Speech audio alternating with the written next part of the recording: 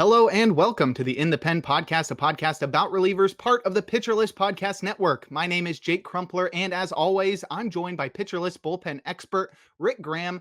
Rick, we are in draft season. It is early March right now in 2025, and we're entering draft season. We were just discussing our TGFBI drafts, as that is probably the talk of the fantasy baseball industry right now. And I know we both are in very slow leagues, and you're in a slow league. And I don't think people really care about how much you want to complain about this. So I I think, know. honestly, I think an honestly like better thing for you to answer is how you like combat leagues like that, how you deal with a league where you're constantly in this state of waiting and not knowing what to do with your team and maybe overthinking things with a league like that. Mm, that's a great question. I mean, it's nice to have multiple leagues going on. So, like, I have TGFBI going on. Fantasy six pack league just started. We're off and running there, and then I didn't do Rassley this year. I didn't get an invite. I already complained to Gray about that. I don't know if I'm suspended from it or whatnot, but so yeah, it's like nice having multiple leagues to kind of. Especially like we were talking, like I had pick 14 in TGFBI, you had two, so we have that long wait in between our after we make two picks. So but you're right, yeah, like my queue will change constantly as I keep thinking, like change things in my head change, and I'm like moving people around and like, oh, I want him, I'm targeting him next, and then wait a minute, maybe this makes more sense. So sometimes you can overthink it a little bit. So I think it's that's why it's important to have a plan going in and just kind of trying to stick to that as much as you can. Obviously, you're gonna have to ad lib a little bit as things change, but yeah, don't get too antsy. I guess is the best advice. Just stick to what you were trying to do. Totally. Yeah. I Patience. definitely I find myself just, trying to project the next rounds, trying to see what's going Yeah. to happen. I know a big thing in TGFBI for me is looking at the TGFBI ADP sheet that we have, Yep. because that will give me a better idea of when I can expect to get a guy. Because a lot of the times you're in a draft room with outdated ADP, and we definitely get Right. that on NFBC, where you're looking at guys and you're like, this guy's out for the whole year. Why is his ADP 53? And Yeah. it's just because it's based off early drafts and everything. So having newer ADP is nice to give me a better idea of when I can actually expect to get a guy, how long I can wait, who I should be pushing up my draft board, so I can ensure I get them. And in non-slow drafts, that's not really possible where you can do that kind of No. research. But Yeah. slow drafts, you got all the time in the world to research. Would I suggest the best thing you can do when you're waiting for your pick is to do the research on the players, so that when your pick comes up, you are not making other people wait because you're Yeah. researching the players. So if you're in between two players, make that decision now before you get Right. there. Otherwise, you're going to lead other people to be in the same situation that you are. But yep, that's TGFBI. As Yeah. always, anybody can get into it. Just record a podcast, write an article, send it over to Justin. You can join. And just keep your pick limit to about like 10 to 15 minutes. No. The nice thing about the one thing, I mean, NFBC, the platform, the format has its downfalls, but for as far as the draft software goes, but the ability to set like a queue per round is very nice. Mhm. That I don't think any other format or any other platform has. So yeah, you can really take advantage of the queue, especially like for us taking, towards the end of the rounds, we can, set up. I want this guy at the end of this round or this Mhm. position at this round, and then the next round go to this position, so you aren't, auto drafting the same position. So Yeah. it's a nice little gimmick to help with. Yeah, I use the auto draft all the time, especially after like a few rounds. Once I'm comfortable with what's going on, I'll start just setting the auto draft like 3 or 4 picks out. Totally. Totally. Are you wearing a TGFBI shirt? Yes, this is 2022, I think. So yeah, You're this is my first prepared one. every I know. podcast. Gotta have the shirt game going. Yeah, That's right. I'm gonna have to step it up. I got like yeah. a million hats, I and need the. not You a got the hat good guy. jerseys. You got the That too. Shohei. Yeah, I know. You got some good jerseys.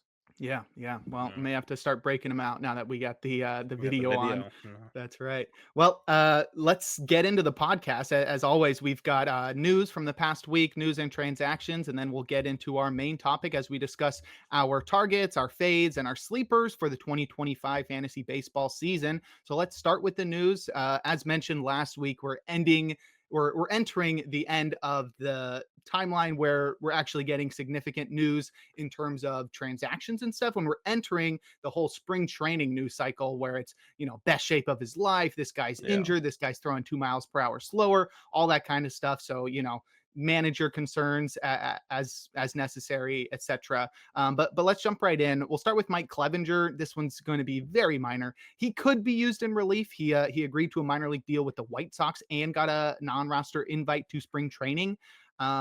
This is Clevenger's third straight year with the team, and they are suggesting that he could be used in a leverage relief role.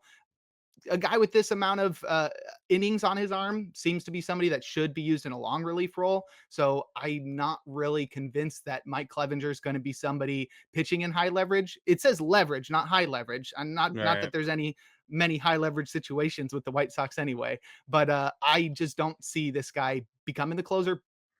That said, their bullpen is in shambles. The whole team is in shambles.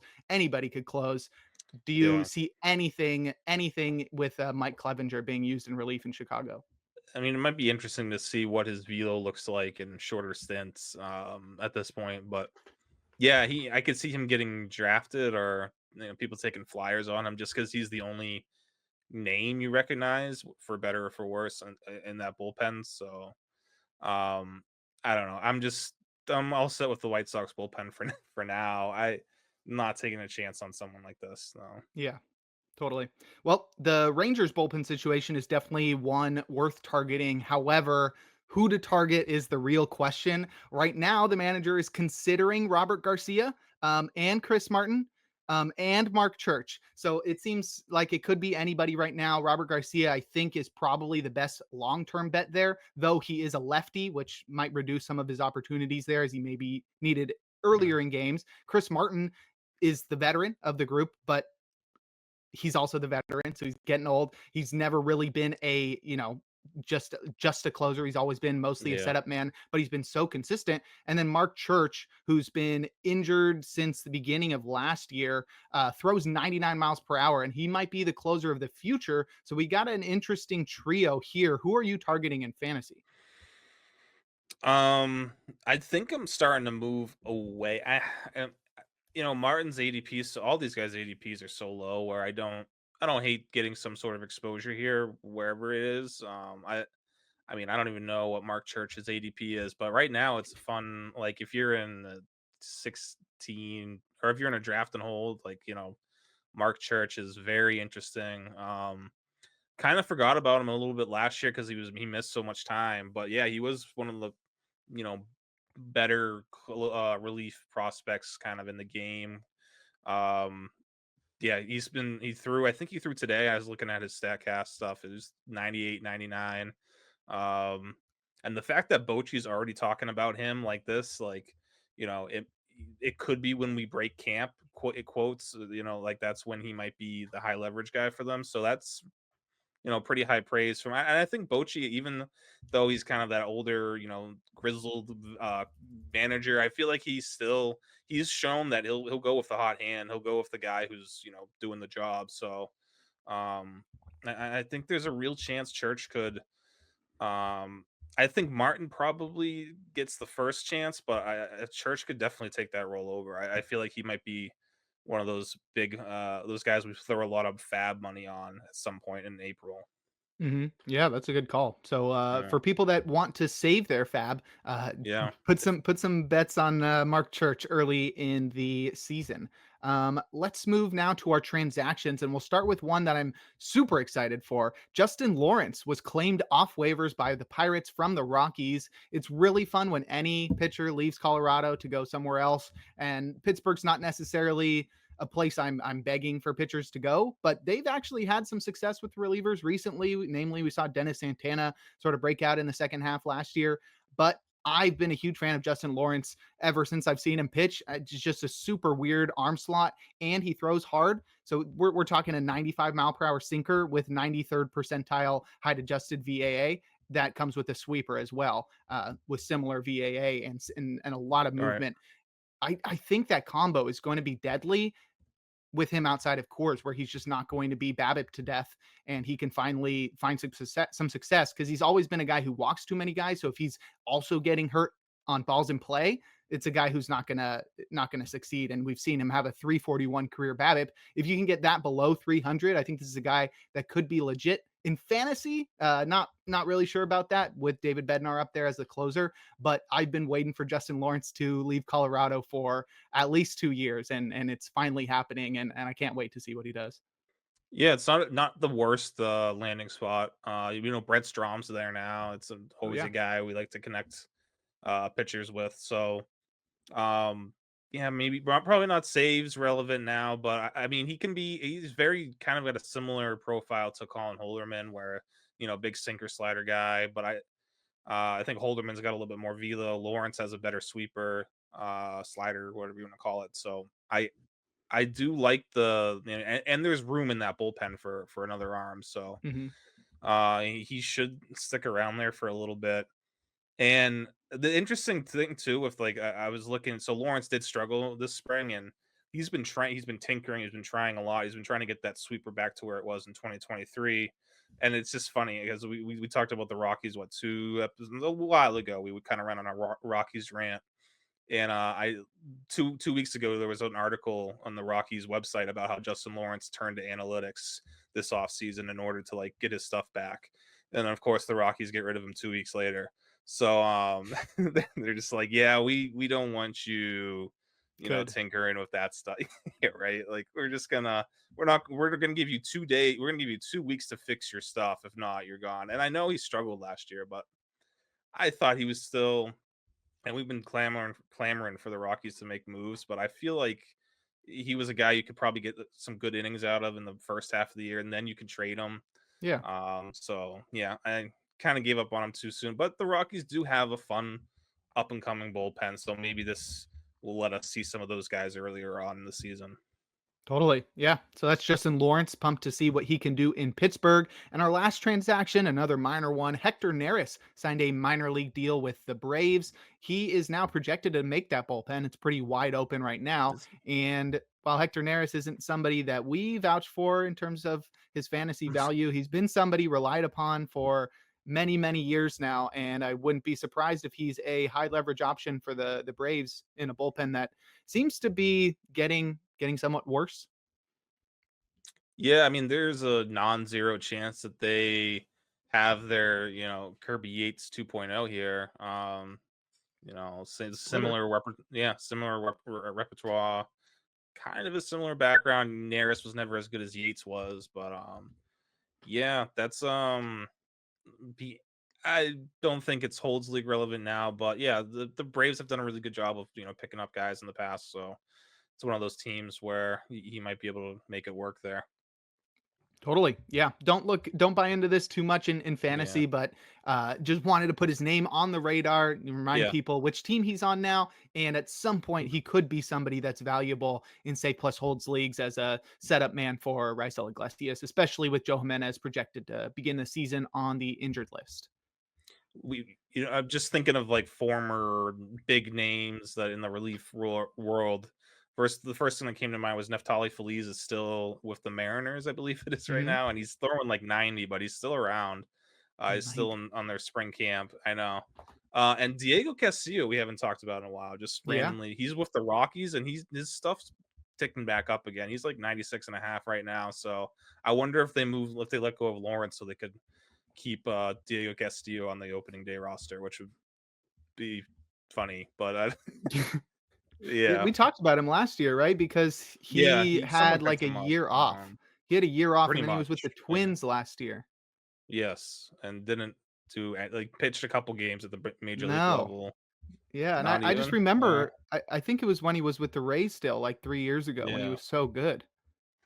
I wonder if Diego's. I wonder if he's gonna make that roster. That'll be fun. Yeah, yeah, I would not count out him getting a save or two for the Rockies No. if Diego Castillo does make that roster on opening day. But that will wrap up the news, notes, and transactions from the past week. Now we'll enter our main topic, discussing targets, sleepers, and fades. But first, we're going to take a quick break here on In the Pen.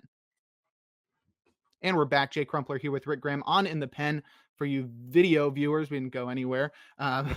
We're entering our main topic, and we chose target, sleepers, and fades because we are in draft season now. I think putting labels on players like that gives you a better idea of what to do with them in the draft room. Because if you just have a ranking order, it's sort of just like, okay, I'm just going to follow the rankings. But you can have a ranking order and still like guys in different sort of ways, if you know what I mean. Mhm. Where it's like somebody safer, somebody you're looking at as a a big breakout. So if you get a couple safe closers, you can target a breakout.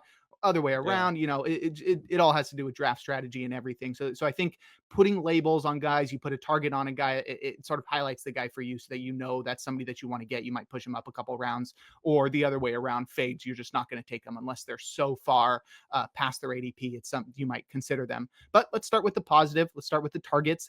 And my first guy is Andres Munoz, who's got an ADP of 62 since February 11th, which is the date that Kenley Jansen signed. Um, he is my pick to be the next, what did I call him? The next Ryan Helsley, where he just takes that huge step this year. I don't think his stuff needs to change at all. I don't think his performance on the field needs to change. It's all about staying on the field and just maintaining that closer role, because he's always had to deal with somebody else. He's never had huge innings totals and huge save totals. So I think this is the year that happens. And on top Yeah. of that, you get all the hype from the changeup that he's shown in spring training that maybe allows him to take another step with his performance on the field. So for me, if there's somebody in the top 10 or so of relievers that I'm going to target, because I think they're going to be slightly valued, slightly valuable at their ADP with the Mhm. ability to climb, that's Andres Munoz. Yeah, I'm with you on this one. I didn't put him on my target list because um I just 62 is fine. I think, like, you know, when you're talking this range, it's between him and Felix Batista for me. And I think whichever one, if one of them goes before the other, I'm glad Yeah, to take the other one. I kind of put them in the same um bucket right now. So I yeah, the changeup, he got a whiff on it the other day. He threw it, I think, twice, got one whiff. It does look filthy. We'll see how much, I mean, how much usage we get in the regular season with it, but it doesn't really matter. What matters for him is staying healthy, and with, hopefully with a new manager, being just seeing consistent save chances, which he did down the stretch last year. Once Service was let go, so I do have optimism. I think his ADP is about where it is, but at the same time, when you're talking about those guys going, Hader, Devin Williams, Edwin Diaz, and like at like 40, 22 picks later, I'm totally fine with Munoz. I put him in the same category as those guys right now. I think so. yeah. Yeah, it's there's always risk with any closer, and Munoz has that, but he also has the upside to be, a top three finish as a top three closer. So yeah, Exactly. I Yeah, like him that's at why. 62. Yeah, that's why I like him, because I feel like he's correctly valued as like a 8 to Right. 10 closer with the ceiling of going higher. So I feel like you're getting the value on the pick of what he deserves to be, Yeah. with the potential to be, like you said, a top 3 guy. You mentioned Felix Bautista as somebody that you're targeting. Why is he a target for you this year? Yeah, I think because again, we're talking about um that upside you're gonna in your first reliever where you want it to be kind of an all. If you're taking a reliever this early, you want him to be able to do everything. Four category stud, and that's Batista's upside. I mean, we saw it in 2023. He was the best closer in baseball.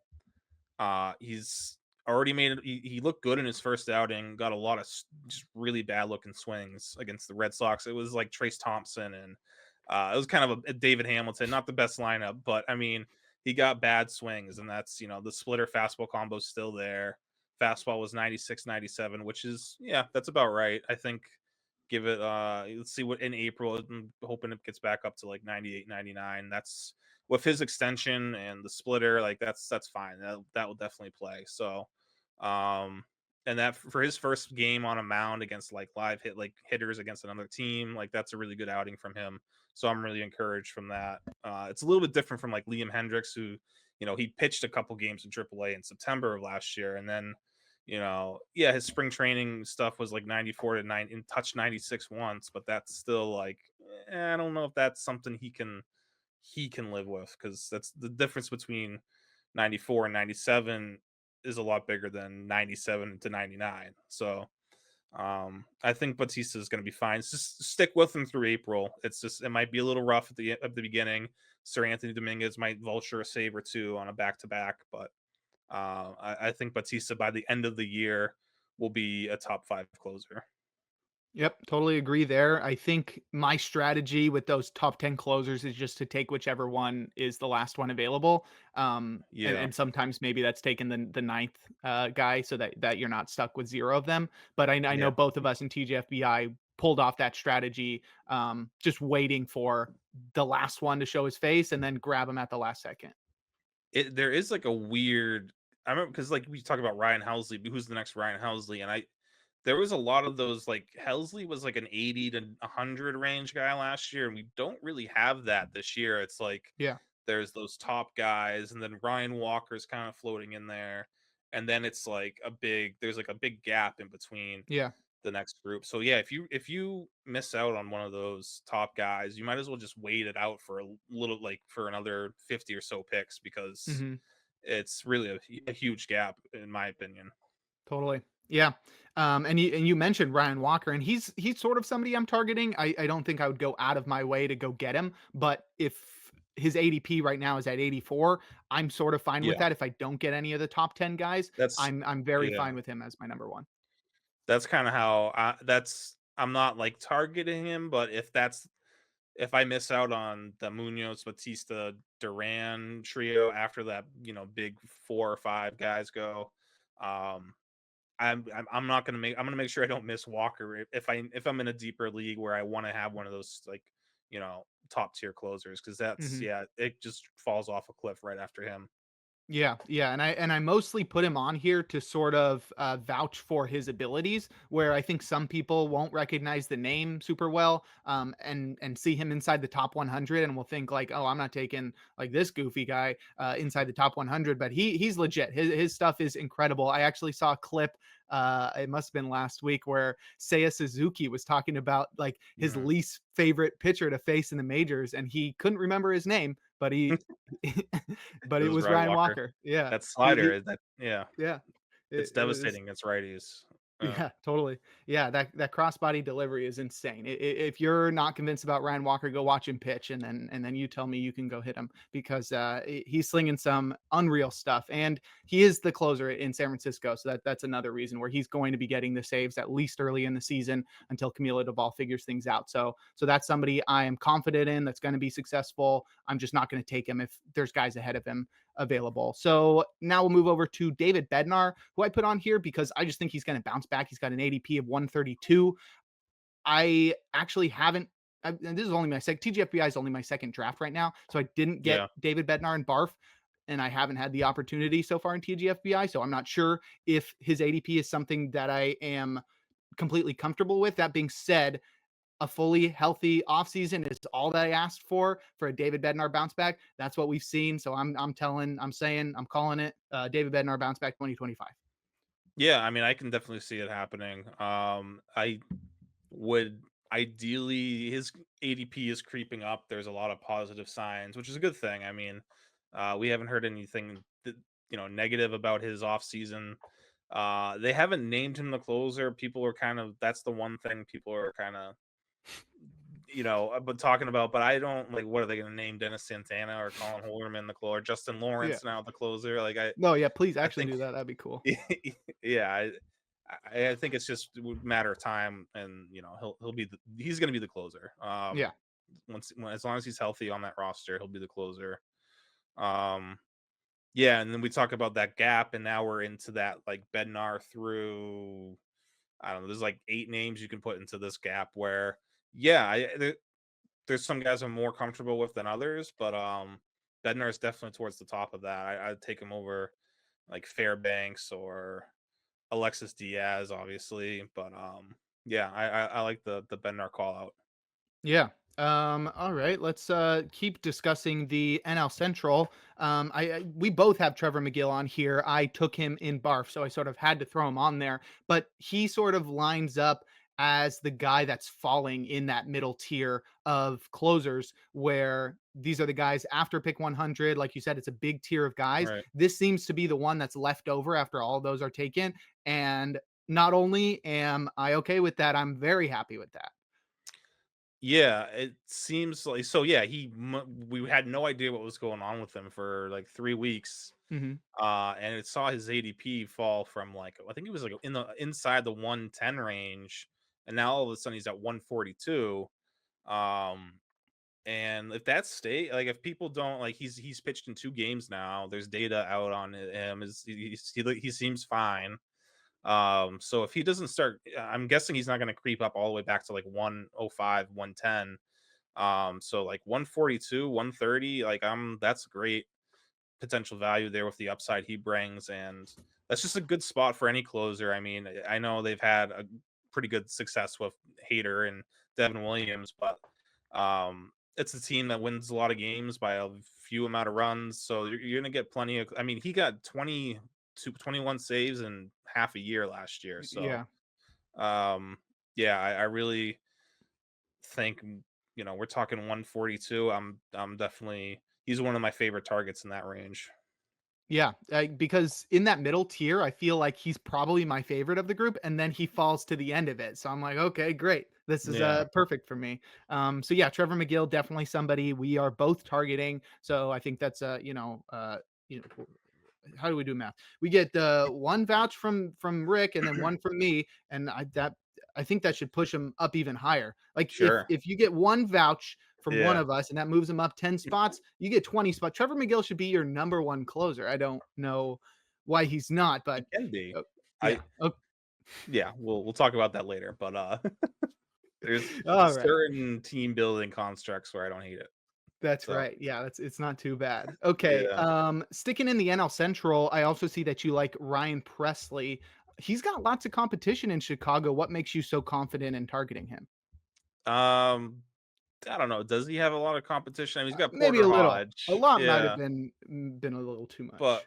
I think there's no way that that this trade happens without him, you know, getting some sort of closure that he's gonna or like, you know, he's gonna be the closer there because that was his gripe with Houston signing Josh Hader. He thought he should be the closer. He wanted to be the closer.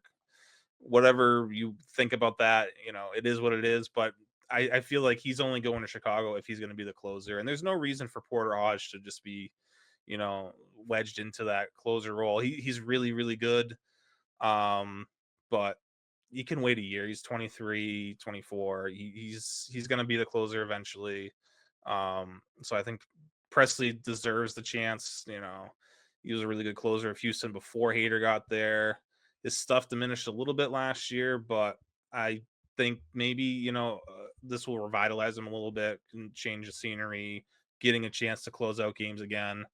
I and getting out of Wrigley's not a great ballpark to pitch in, but it's better than Minute Maid. So I kind of just like the 160. We're talking about that middle group again, and he's towards the back end of it. And like Kenley Jansen's going 20 picks before him. Fairbanks is going 10 or 15 picks before him. I'll if Presley falls to me, I'm more than happy to take him in that middle grouping. All right. And that sort of seems like a similar story for Jordan Romano as well, where he's switching teams. He's got some competition there, but I don't think he would have signed with a team if he wasn't going to be guaranteed the closer role. He's also on a really good team, has had a Mm. lot of success in the past. And if you see him come in and start struggling like he did last year, those injuries are still lingering. He's an easy drop early on. So that's Jordan Romano and Ryan Presley. If what did the ADP's right next to it? No, they're pretty far. So Jordan Romano is Yeah. somebody that's falling closer to 200 there.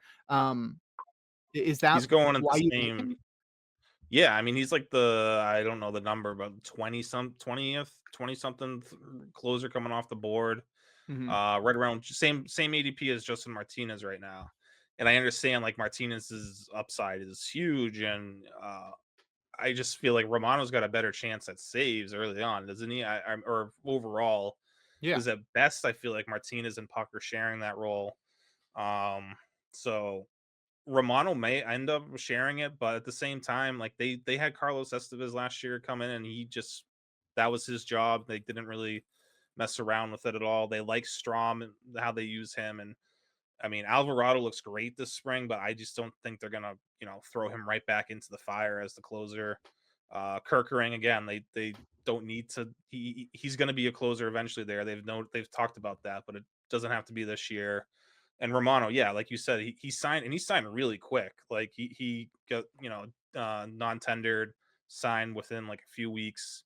So I Mhm. feel like there's some sort of like, hey, you're going to get the first chance at saves here or to close here. So um, I think yeah, he'll get, and he's looked good this spring. There's nothing that says that Jordan Romano shouldn't be their closer opening day. So I think he gets the first chance at it. And yeah, it's a good team. You can have a ton of save opportunities potentially. So at 180, where he's going, that late, I didn't think I was going to be this excited about Jordan Romano this year, but yeah, here I am, just thinking about the potential upside with him, and you know you can pick two. So if you're in a 12 teamer, I like this middle group, like taking McGill and Romano. Like, sure, take a chance on those two guys and hope one of them hits, and you can find another saves guy on the wire throughout the year, and then at least you have two, but potentially three if they all hit. So yeah, I'm I really didn't. Same with Presley. I didn't think I'm like I'm not too interested in him. Like he had a down year last year, but the way that they're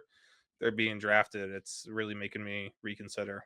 Yeah, just heavily discounted, and I think some people will incorrectly assume that because they're older in their 30s that they don't have the same upside as some younger guys do. And honestly, I might say the opposite, where younger guys' ceilings are sometimes limited because of they still have to learn the major leagues. There's going to Yeah. be ups and downs in that regard. Managers are going to want to limit the innings totals of young relievers, Mhm. and then on top of that, the front office is going to want to limit their saves total so that their arbitration prices don't go higher. So honestly, younger guys I think have capped ceilings, while these guys like Jordan Romano, who's about to be a free agent after this season, has an unlimited Yeah. ceiling because he could just be the closer the whole year, have a renaissance season, and just be incredible, like 30 plus saves and a sub 3 ERA, and we've seen him do that before. So I think somebody like him has more ability to be a top 10 closer than somebody like Justin Martinez.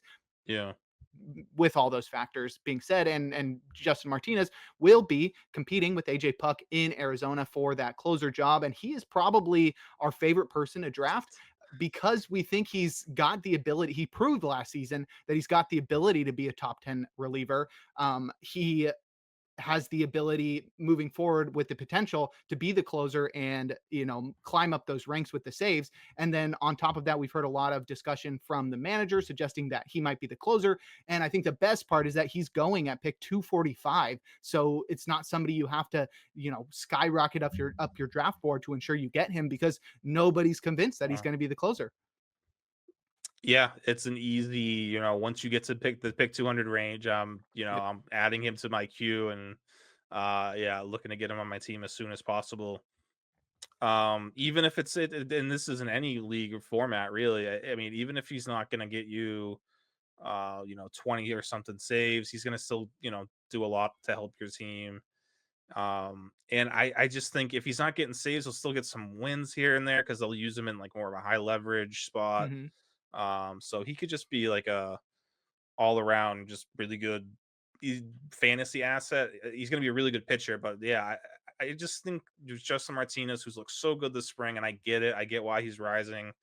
Um, I want to see the command in regular season games be consistent for is Tori Lavulu going to put up with him?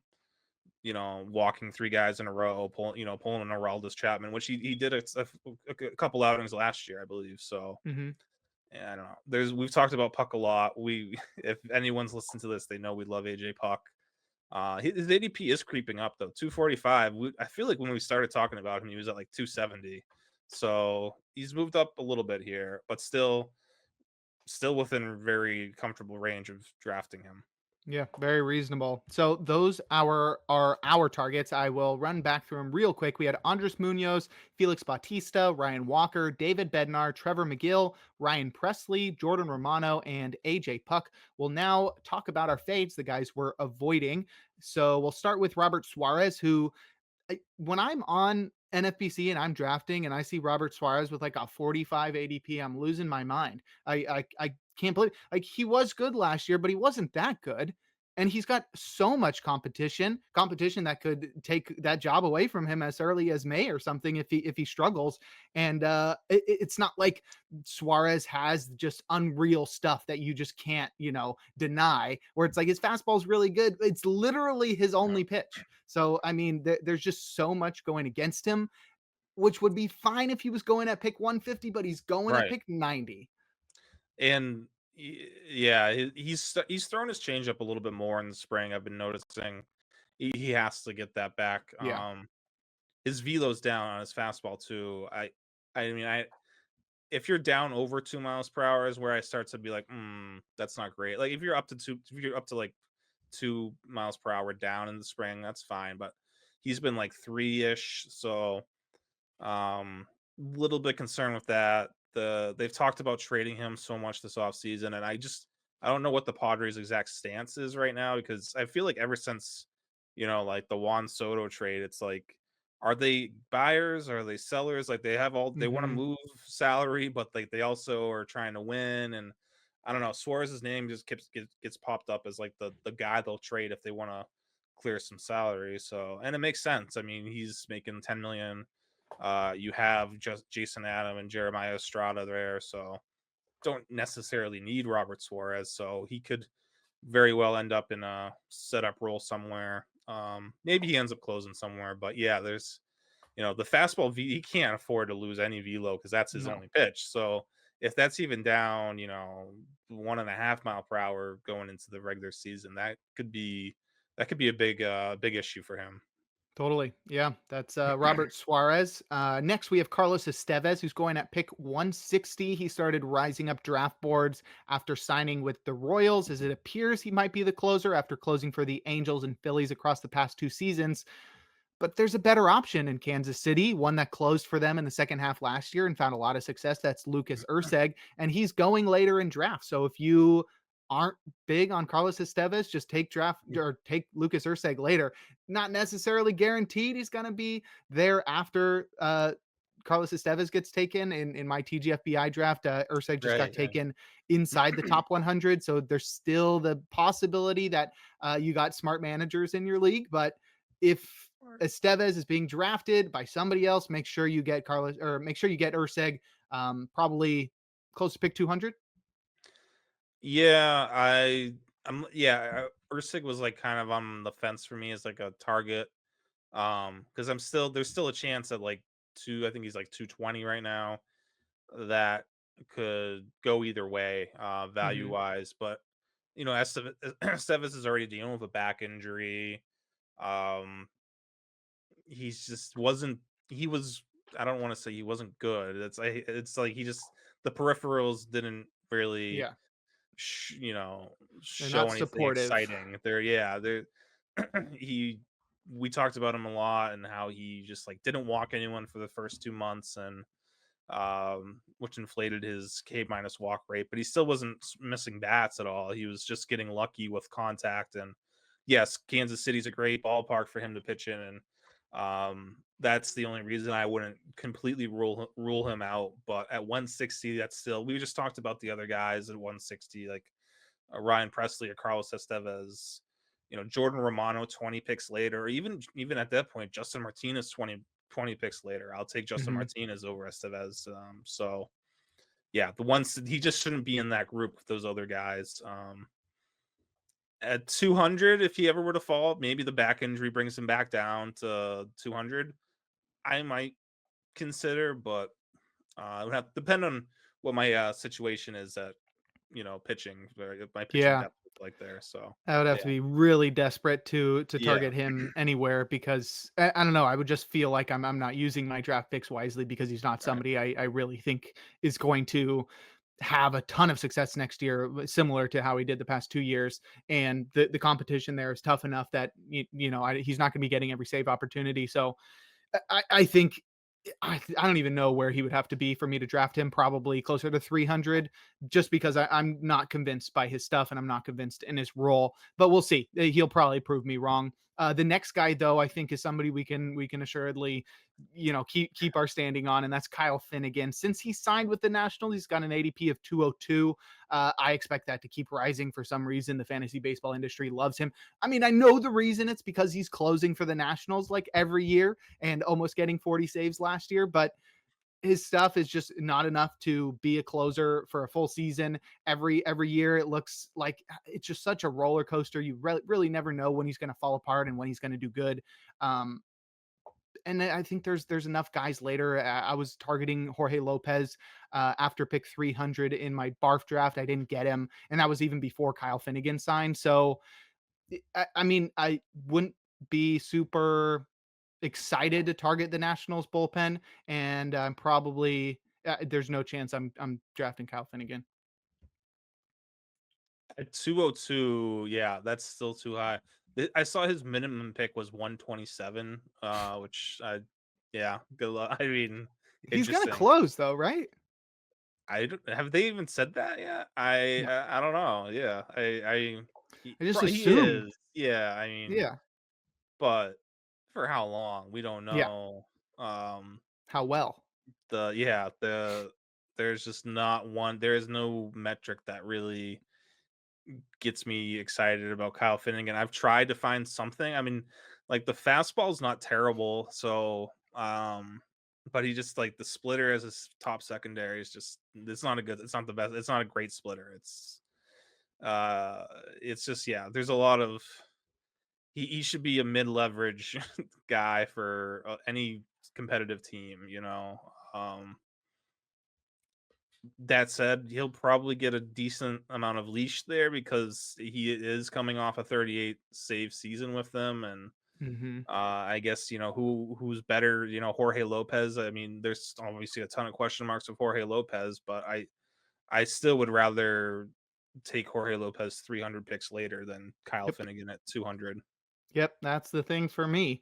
A very similar situation in Cincinnati as well. Alexis Diaz has been somebody we have not supported for the past couple of years, and we've seen his numbers fall off, his success on the field diminish.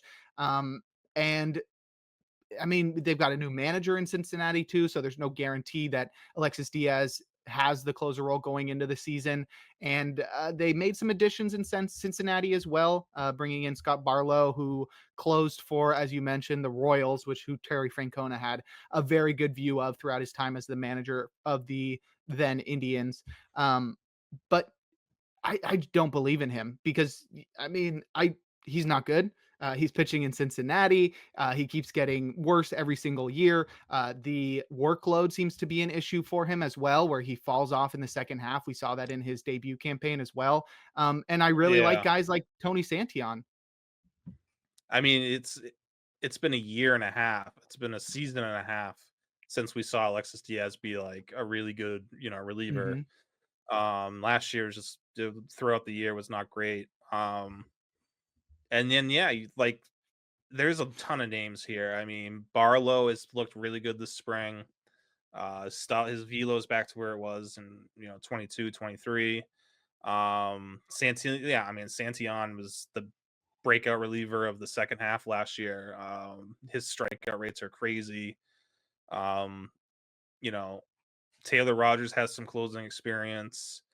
Graham Ashcraft, we've always talked about him moving into the bullpen. Maybe this is finally when Hmm. it happens because there's so much Hmm. depth of the rotation.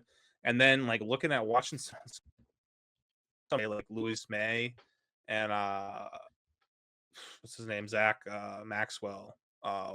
Those dudes are electric. I mean, throw 99 plus.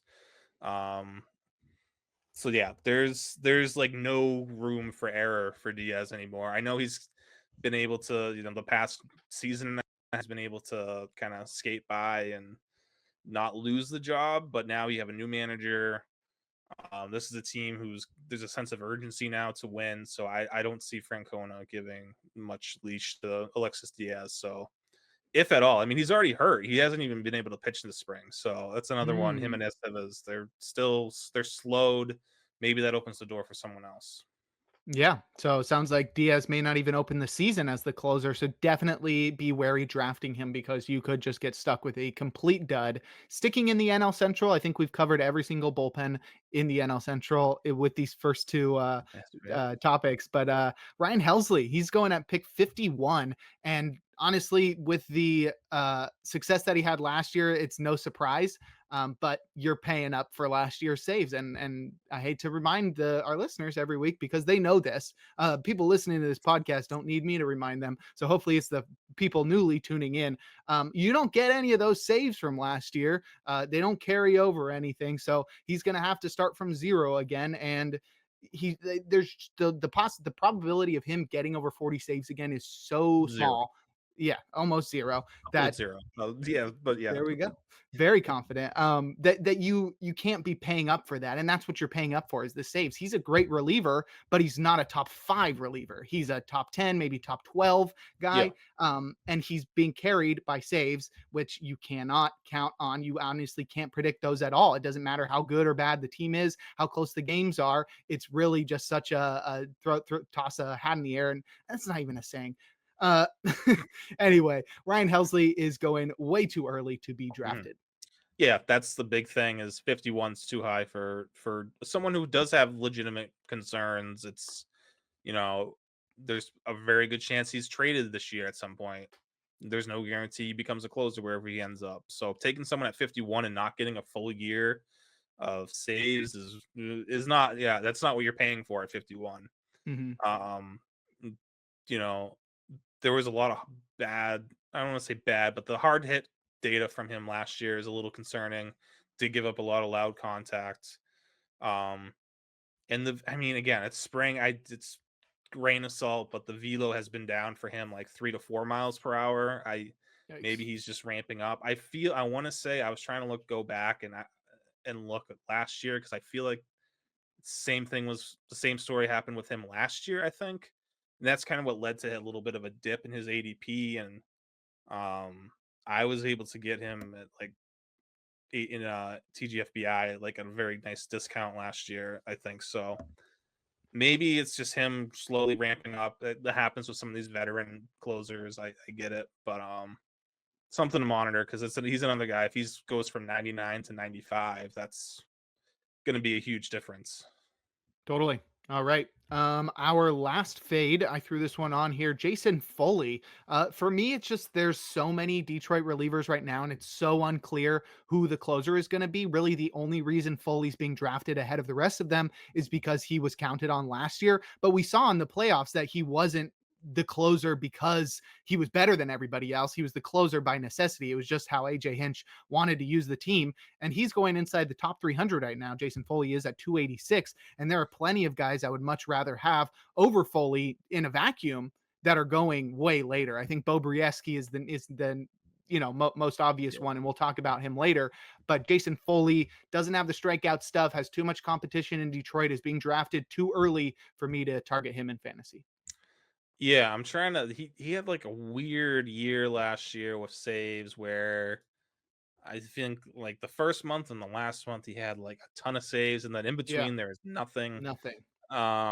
So like ending the year on a strong note. Let's see. Yeah, he had 9 saves in September, and then they go into the playoffs, and he doesn't. Yeah, he's like not really a part of the equation anymore. Yeah. Um, so yeah, it's such a weird story with him. He's a good reliever. He's not a guy I want closing, and I don't think he's a guy that the Tigers really want closing. But at this point, no one has emerged. But yeah, I think Brieski is like the one guy who has the stuff to be a shutdown reliever against no matter what lineup they're facing in the ninth inning. Um, he's got the ability to get swings and misses against lefties and righties. So that's my guy. I'm taking throwing a dart on late, and it's about 200 picks later than Jason Foley, and even Tyler Holton's going at like 450, 460. And Holden's really good. I think Holden can help you in other aspects where he's going to help you with ratios for sure. But I still, if I'm taking a chance on anyone in Detroit, it's Brisky right now. Agreed. Yeah, I took him in barf. And he Right. is considered one of our sleepers, which we will talk about on the next on the In the Pen podcast. And we're back. Jake Crumpler here with Rick Graham. I am on top of my game today. We are entering the section where we discuss our sleepers. These are guys going outside pick 300. We'll start with Edwin Uceta, who I took in barf as well. I really like Oh, him as someone with high upside who has a pretty clear shot at taking over the closer role for Pete Fairbanks. He's not somebody that I think is going to open. Obviously, he's not going to open the year as the closer and may not have that role until the second half of the season. But what I think he can produce in the strikeout and ratios departments until he takes over that closer role, which I think is almost a guaranteed at some point in the season. Just with Pete Fairbanks' injury history, like you said, is going to at yeah, least get a yeah, handful of saves. So I like him after pick 300. He's got a lot of upside, and I think he's pretty safe with what he produced last year. yeah. I think that's it's like at that round, at that pick. If you're able to be a little bit patient, if you don't expect him to get saves right away, but he's still going to help you in other Mhm. categories. And he was able to go multiple innings for them last year, so there's probably a couple wins here and there too that he can throw in. And he'll help with ratios, strikeouts, just nasty stuff. I mean, that whole bullpen is so good. And Mhm. Fairbanks is like the one guy who we used to be the pro Fairbanks podcast, but now Mhm. I almost put Fairbanks on the fades list. Oh no. Yeah, I feel like in that middle group, I'm trying to stay away from him. And again, spring training velo, but he's throwing 95 now. He's throwing the changeup more, and he's got a pretty good changeup. He started throwing it towards the end of last year. Maybe that's enough to combat the lack of velocity, and he can kind of reinvent himself. But that doesn't always. I mean, that's nice to think, but it doesn't always work that way. So, um, and then yeah, I don't know that there's the contract situation. He's a free agent, I believe, at the end of the year, or he's got an I option think or something. so. Yeah, I think Yeah, he's got so another option or something. I mean, they could trade him. Mason Montgomery and Hunter Biggie look so good too, but I feel like, yeah, Uceta should get the first chance at saves. He's not. He's more of the veteran. I mean, it's a really young bullpen outside of Fairbanks. They didn't have Adam anymore. Uceta's kind of like a veteran there, so I feel like he would be the next man up, and yeah, he's gonna help you no matter what. Just wait, be patient for the saves because yeah, like you said, Fairbanks usually hits the IL around May or June, so Yes. it's gonna Mhm. happen. Yep. Yeah. Exactly. Yeah. So that's Edwin Uceta as we move through our sleepers. Next, we have Seth Halverson, who is a flamethrower for the Rockies. I don't think he's going late because people don't think he's going to close or they don't think he's good. I think it's just because he pitches for the Rockies. Maybe people are so convinced in Tyler Kinley that Seth Halverson's not going to get any saves, but I haven't heard anything from the manager talking about Tyler Kinley. I Yeah. have heard him talk about Seth Halverson, though. The yeah, I think it's the Colorado stigma, but also like they've never had someone like Seth Halverson. Like they haven't Yeah. never had a guy with this type of stuff. Like I mean Daniel Bard in his prime maybe, but like not even like I mean Halverson's just electric and When was his prime, I don't Rick? his 38-year-old prime. His Colorado prime. He had that one good year. Uh and no, Halverson's so it's not Tyler Kinley. It's a very different like this is a guy who gets a ton of swings and misses. Mhm. He can make it work at Coors. Yeah, 361. I can't believe he's still going. So I mean, I thought for sure after the manager came out and was like, yeah, like they pretty much said like Halverson and Vodnik. Vodnik are the two guys, and I thought that would definitely move Halverson up.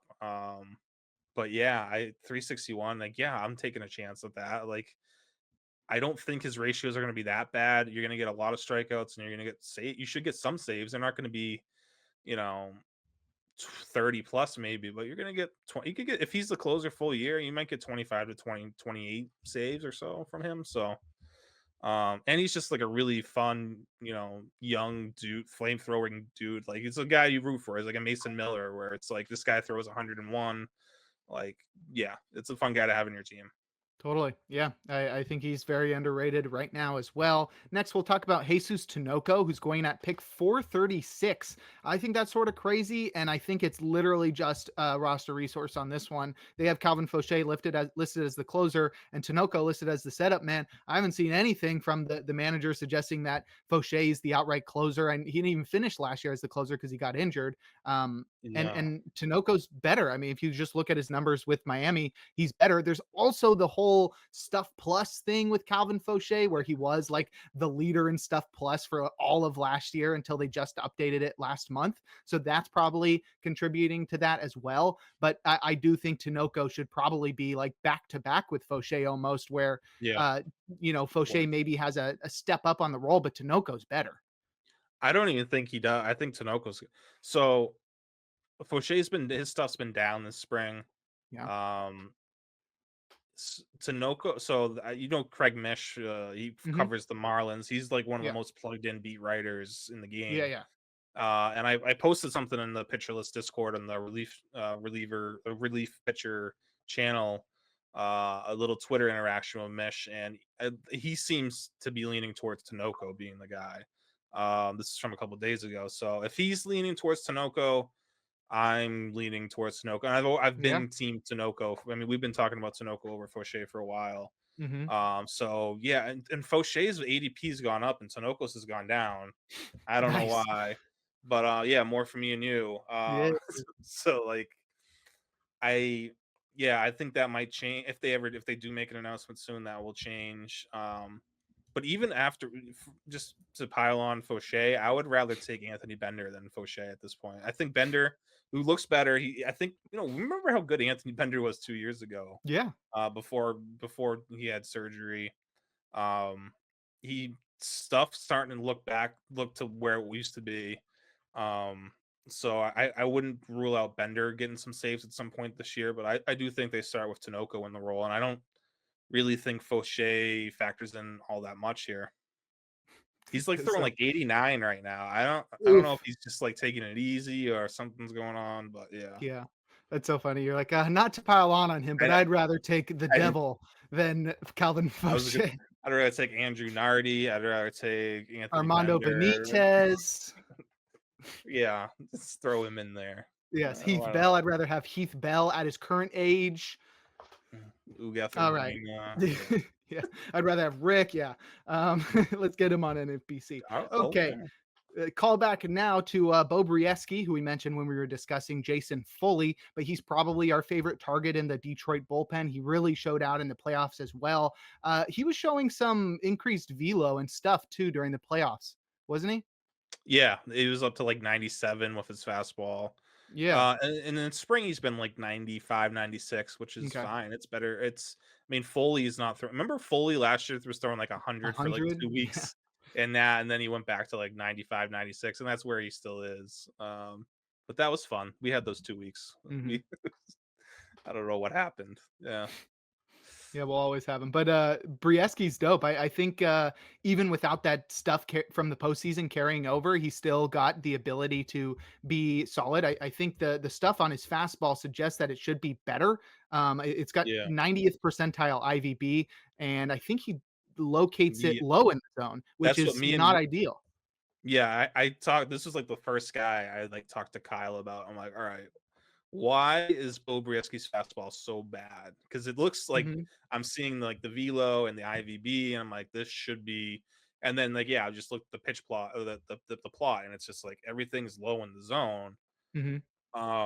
So like and I think and I remember watching him in the postseason, and it was not like that. He was like attacking up in the zone with his changeup and slider down in the zone. So just stick to that, and like that's you're just gonna you'll do just fine as a closer in Yeah. Detroit. I think that's should be the game plan for him. Hopefully that's something he can do this year and take that role.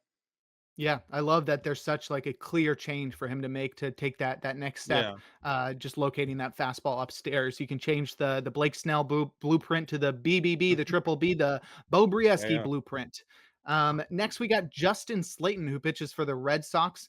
He's going at pick 474, and he's somebody we're targeting because of the shaky nature of the Red Sox bullpen with veterans Liam Hendriks and Aroldis Chapman at the top. Slayton is sort of sneaky in there, in that I think a lot of people are forgetting about him because of that closer competition, where if Liam Hendriks' arm falls off and Aroldis Chapman can't stop giving up home runs, the next guy up is Justin Slayton, and he was really good last year. Sub 3 ERA, 26% strikeout rate, had a couple saves. I feel like he's probably somebody that's being overlooked by plenty of drafters because there's two guys ahead of him as opposed to the usual one. So why is Justin Slayton somebody that you like as a sleeper?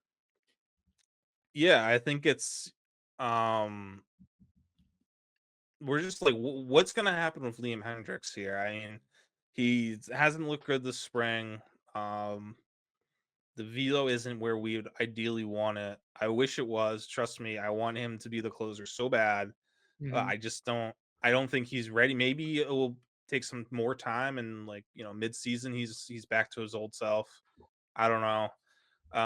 So then the competitions are all this Chapman, who, I mean, we've seen this story again, and he's already doing it in the spring. He's walking. He walks two or three guys, and he strikes out two or three guys. It's like, I just don't know if Alex Cora is going to want to put up with that for an entire season. So Mm-hmm. Justin Slayton's been going down. His ADP has been dropping, and I'm not really sure why, because it's not like either one of those Chapman or Hendricks. It's not like either one of them is running away with the job here in the spring. And Slayton, for the most parts, look good. Is nothing crazy in his velo dropping. I feel like Slayton's definitely gonna. And they mentioned all three when they talked about this. What's gonna happen at the closer role. So why is Slayton just falling all of a sudden? We're kind of forgetting about him. And um, I think if I'm taking a chance on anyone here, I'll wait till 470 and take Slayton and just see what happens, because Yeah. the faith in Chapman being consistent is it's really hard to have faith in that. And then yeah, Hendricks, it's we're still kind of waiting and seeing with Hendricks. So I think Slayton's the best option right now. If they had a game tomorrow, I feel like Slayton should be the closer. Yeah. Yeah, and I've been saying that like the whole offseason, where I'm like, I don't understand why he's not getting more looks Yeah. from the fantasy industry because of the shakiness of the two guys ahead of him. But I'm sure we'll see how that plays out during the season. Our last sleeper is Jeremiah Estrada. You put him on here, and I seconded it because I took him in barf. I like him as sort of my last pick in a draft type guy, especially in a 15 team league, because of the high upside he has just as a setup man, with the ability Mhm. to take over the closer role from Robert Suarez, who we already indicated is somebody with a shaky hold on that role. Yeah, I think Jason Adams obviously the next guy in line probably, but um I don't know. The Padres, obviously they're trying to cut their be cost conscious. So maybe they don't want to push Estrada's value up into arbitration, so they don't want him to close. But I feel like, of the Adam, or if it's Adam or Estrada, I feel like Estrada's just got more he's more of the closer esque guy. He's Mm-hmm. throws upper 90s. He's got the splitter now. He's got a splitter and slider that are lights out. Just three pitches to get both lefties and righties out easily. Adam's awesome. He's a little bit more different. He's got like more of an unorthodox, look to him with how he attacks hitters. And it works, and he can definitely close out games. He did it for Tampa Bay last year. But I don't know. I'll take a chance on Estrada, who's got a little bit more strikeout upside. Just 100 picks later. Adam's still going like 350, which I get. I'm not totally out on Jason Adam at 350 either. I think that's fair. But I think Estrada's the same guy, and if neither one of them is getting saves, if you're getting like basically the same guy 100 picks later, who's got more upside in my opinion, because I mean, we starting to see the mountain of Jeremiah Estrada's ability last year with that splitter added in. If he could take another step forward, yeah, I mean he's one of the best relievers in baseball potentially. Yeah. So those are our sleepers. We have some deep sleepers. I'll touch on them very quickly since we actually talked about most of them. Jorge Mhm. Lopez is somebody we talked about as the next guy up behind Kyle Finnegan. He had a lot of success last year as a Cub, so that's possible we see that again next year. Robert Garcia is somebody that we talked about at the top of the show as the who has the ability to close in Texas, though he does have some competition there, as well as competition from the young guys, as we mentioned, Mark Church and Emiliano Teodo, we talked about like 2 years ago with Greg Jewett, and he's still around. Jose Alvarado, you mentioned, not sure where he's going to be in the bullpen, but he's still got incredible stuff. It's just about finding the zone with that. Scott Barlow, you mentioned as well, as somebody who Same. looks like he's returning back to his former self and has the ability to close as well. And then I think the guy I'd like to spend just a tiny bit extra time on is Jimmy Garcia, who's going at pick 548.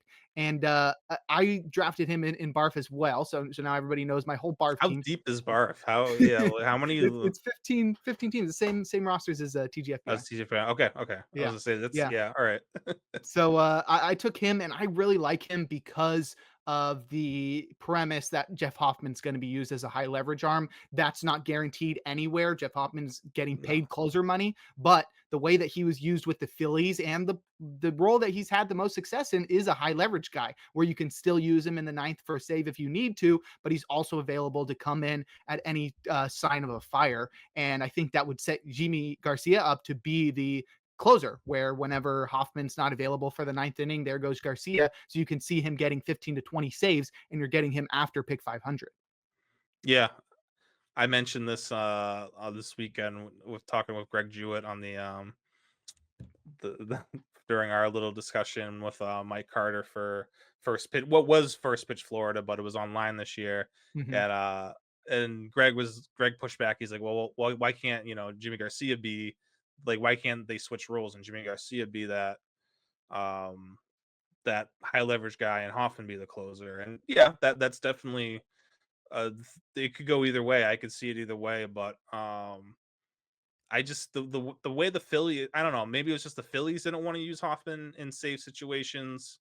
Maybe I mean Hoffman did get a couple safe situations and they weren't great. I remember early on last year. So I don't know. I feel like either way he's getting paid. Like I feel like that's one thing where it's like, well, he's getting the contract. Yeah, but like Yeah. that doesn't mean that he's got to be the closer because he's getting He should paid be the more most. Like flexible. yeah, they're gonna yeah, he doesn't have to worry about like another contract. He's Yeah.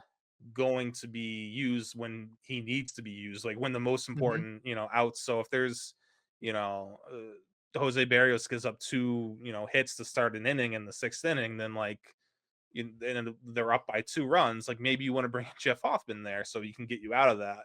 Maybe that's the best spot. And I feel like that's where teams are trending towards.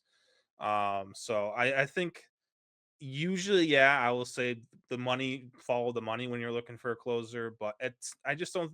I think nowadays, like the closer role has become more of the higher leverage role, and it's just more important to get those impact outs where instead of pitching the ninth inning against the bottom of the lineup, like that's not as important as getting those final outs of an inning where you can preserve your team's lead. So. Totally. I feel Yeah. like, yeah, there's different just because the guys are getting paid doesn't mean they're gonna be the closer. They're getting Yeah. paid. No, They're gonna be there either way. Like they're yeah. So yeah, that's a that's my great point. chick. Yeah. Yeah. I also think answering the question that Greg posed to you, that Hoffman is more ideal for a high leverage role because of his former position as a starter, where his Right. ability to come in earlier in a game and then pitch multiple innings, I Mhm. think allows him to be in that role more so because, let's say he starts in the eighth in a high leverage situation and you need him to go into the ninth and he's available to Right. do so. I don't know Yeah. if Yimi Garcia is going to be able to do that or at least do it effectively. And I would love to like have the time to do like an analysis and figure out who's pitched the most in what inning and what success Yeah. they've had in it. The teams have already done that. They've already made the decision who's going to close, how they're going to use it.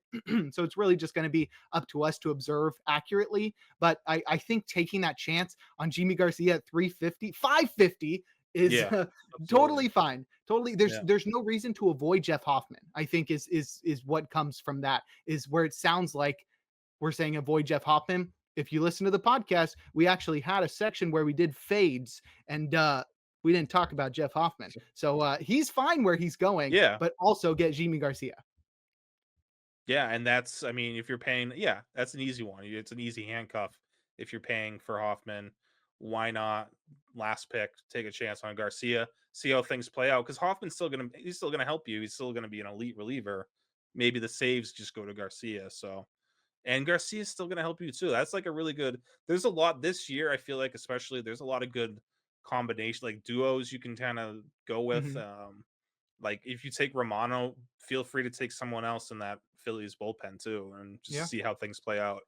Even I mean, I don't even hate the idea of like Justin Martinez and AJ Puck. It's 180 and 240. Like that's not killing you. You have most of your roster, especially if it's like a 12 teamer. I mean, you have most of your lineup and pitching staff set by that point. So sure, I'll take a chance on both of them and see how things play out. Could be the best of both worlds where Puck helps you with ratios and some saves. Martinez gives you a bunch of Ks and some saves. Works out for everyone. Totally. Yeah, yeah, plenty of that. I'm usually not a fan of handcuffing because I think it limits your Yeah. potential Same. ceiling. But I think you're right about this year, where you could still have really high ceilings with those guys, where you get a righty and a lefty or something, and they're just sort of Yeah. feeding off each other. Where it's like every day you're getting a save. Basically, obviously the team's not going to win every game, but that's why I usually avoid the handcuffs. Um, Speaking of handcuffs, we never talked about Toronto, LA, the Dodgers, mm, lefty righty, and I think that was like one of my. I'm not fading the Dodger guys, but I'm just like not in on them.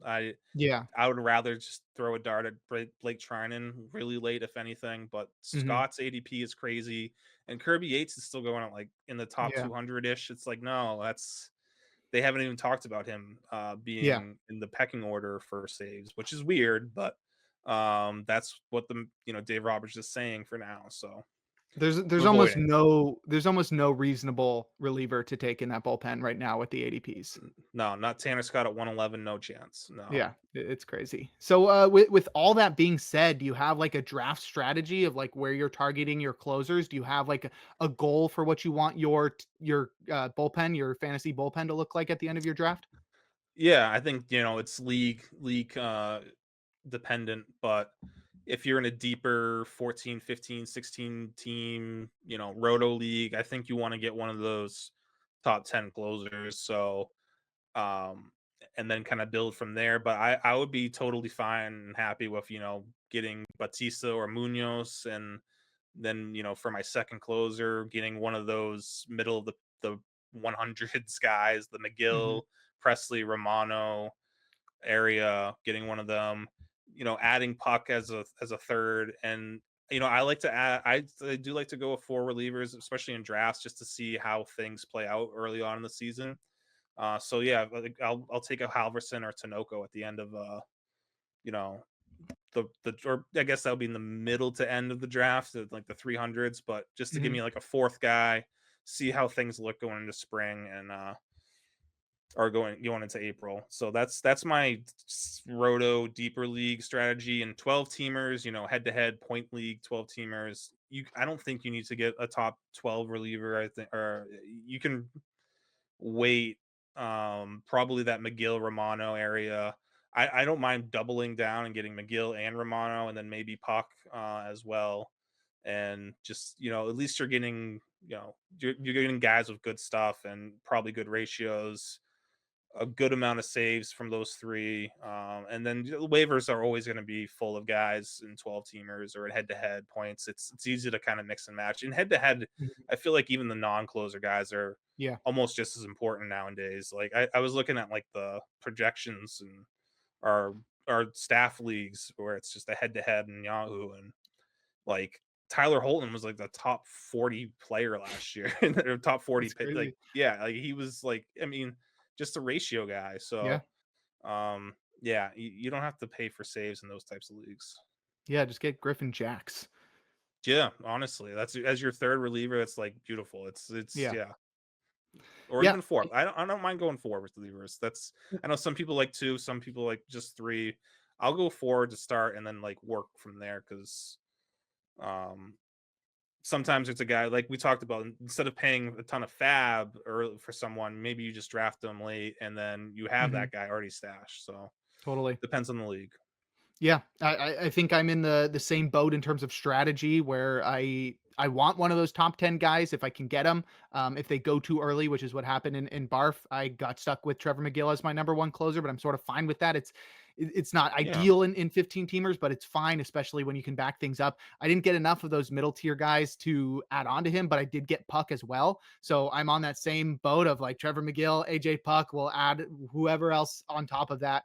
Mhm. There's plenty of chances to get all those high upside sleepers that we talked about after pick 300 and after pick 500 at the end of the draft, where you can get 3 or 4 guys who you can just stash until the season starts and try to figure things out. So that's what I did with like Bobrieski and Estrada and Uceta Yeah. and just trying to like let things sort itself out. So I think that's also a great strategy. I think that that's very similar to what you were talking about of just, trying to get one of those top 10 guys if you can. If not, focus on that middle tier, get 1 or 2 guys there. Definitely get McGill, get Puck because he's going to be a top 10 guy if even if he's not closing, in my opinion, especially in those 12 teamers. That is a super Yeah. valuable guy. And then just go for all the upside at the end because honestly, I don't like the high upside starting pitchers late in the draft, and I don't like the hitters either. The high upside relievers Mm. at the end of draft are way more enticing. Yeah, for sure. This year it's a little bit down on yeah, starters and hitters in the Hmm. 300 range. So yeah, give me some of those flyer relievers, one or two, maybe even three in deeper leagues and see how things turn out. Totally. Yeah. Well, that's going to do it for this episode of In the Pen. Rick, why don't you go ahead and plug your social media and let everybody know what you're working on?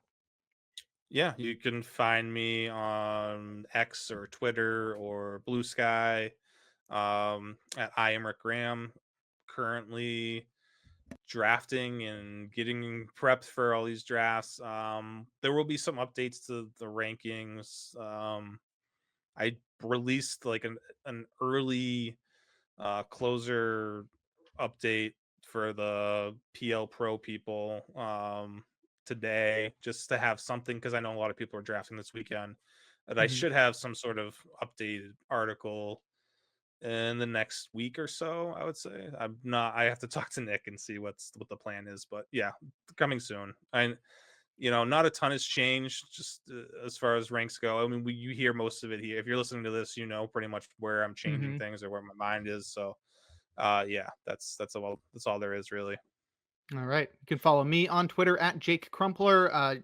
Working on the same stuff. I should hopefully have a top 100 starting pitchers out before the season starts, though. The likelihood of that keeps dwindling as we go week by week, and I haven't touched it. But that's because I'm focused on other stuff. I'm focused on this podcast. I'm focused on my Mm, drafts. And I'm working at Baseball HQ, so we got stuff everywhere. You can find me everywhere. Once the season gets started, I'm gonna be all over the place. So if you're sort of sad that I haven't had a incredibly productive offseason in terms of pumping out content, get ready for 2025 regular season. looking forward to it. Yeah, All right. Well, can't we'll wait. talk to you all next week.